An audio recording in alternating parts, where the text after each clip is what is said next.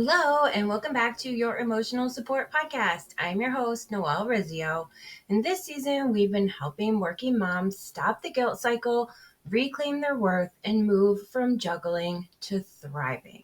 Today's episode is called The Comparison Trap, Escaping the Highlight Reel. So important.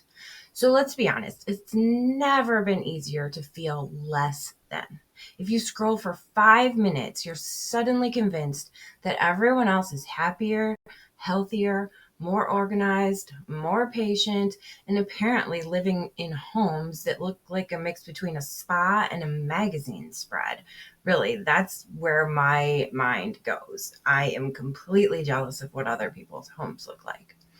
Meanwhile, you're reheating your coffee for the third time and wondering if laundry counts as cardio. So today we're going to talk about how social media fuels mom guilt and perfectionism, why comparison steals your joy and your self-worth, and how to start rewriting your own standards because you get to define what enough looks like in your life. Later, I'm going to share a story with you about me and some girlfriends and how we found ourselves trapped in the same comparison spiral without even realizing it. So let's start with the big truth. Comparison isn't new, but access to everyone else's highlight reels is. In the past, you might have compared yourself to like your next door neighbor or your best friend, somebody that you saw in person all the time. Now you're comparing yourself to hundreds, sometimes thousands of women online. You're comparing your real life to someone else's edited version. And that's what we forget. Their best moments, you're comparing to your behind the scenes chaos. And for moms especially, it's brutal because so much of your identity is tied to caring, managing, and doing. When you see someone else who seems to do it better, this hits you right where it hurts, your self-worth. It whispers, she's doing more. She looks better. Her kids seem happier. What's wrong with me? But the truth is, you're comparing data that's not even real. For me, it's the cleanliness. When I watch these women on Instagram or Facebook or TikTok, they always have a clean house and mine looks like garbage and it makes me feel like I'm doing something wrong. Why is their house always so clean and tidy? Mine definitely is not. So here's what's really happening. Your brain loves comparison. It's wired to measure where you stand in the tribe. Social media taps into that ancient survival instinct and supercharges it with algorithms that show you what you're already paying attention to. So if you stop on one video about morning routines for successful moms, guess what your feed becomes? A never-ending parade of women who apparently have it all together before 8 a.m. It's not real life. It's all curated, and it's curated in a way that makes you feel guilty. And here's the deeper danger. Comparison turns someone else's story into your measuring stick. It makes their version of motherhood the standard, and your own life starts to feel like it's coming up short. So here's my story. When I was working at the school, my girlfriends and I would gather every morning for coffee time. We called it collaboration, but it really was caffeine, self-care, and therapy all rolled into one. We would catch each other up on our kids, work, husband's life, but somehow the conversation always shifted. One of us would mention a new age serum she saw online. Another one would start talking about the latest workout challenge or, diet craze. Someone else got sucked into a TikTok about the perfect capsule wardrobe. And suddenly, without realizing it, we were all doing that thing. We were comparing our bodies, our homes, our parenting, everything to people that we don't even know. I caught myself thinking if I could just get it together like this person or that person, maybe I'd feel better. Later that day, later one day it hit me. We actually weren't craving that person's life. We were craving, I cannot talk today. We were craving how we imagined she felt: calm, confident, worthy. But you can't feel like her because you're not meant to. You're meant to feel like you. And that's when I realized that we were all successful, confident women who are constantly comparing ourselves to these fake, perfect ideals. I wanted us to be able to be happy just being who we are because we're already so amazing. And that is really the tipping point of what got me on this self worth crusade. So, how does comparison erode our self worth? Comparison does three sneaky things.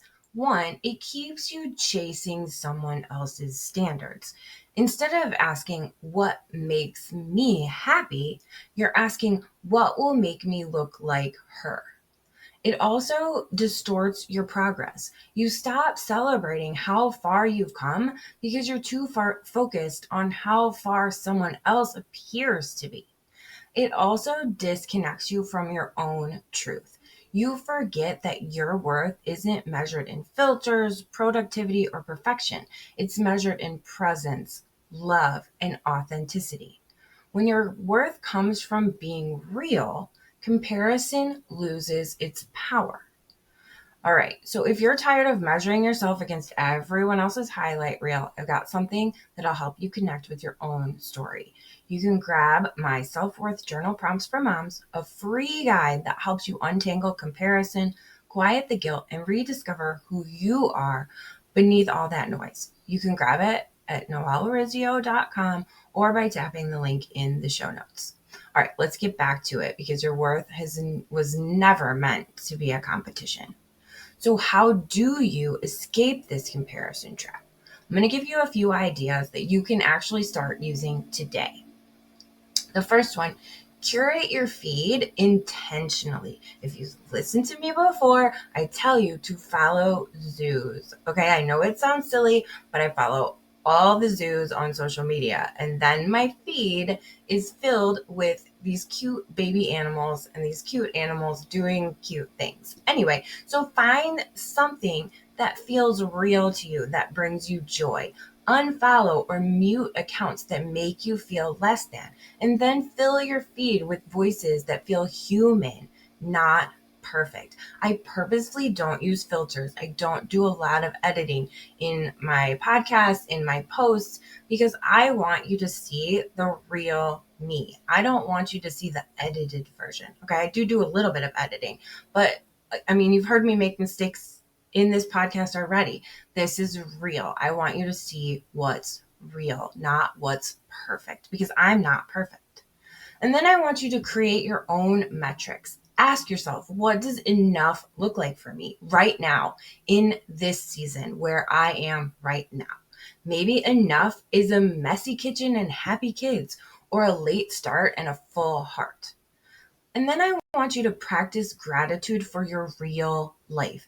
Every time comparison sneaks in, counter it with three things that are yours: your strength, your people, and your moments. What are the things that you are good at?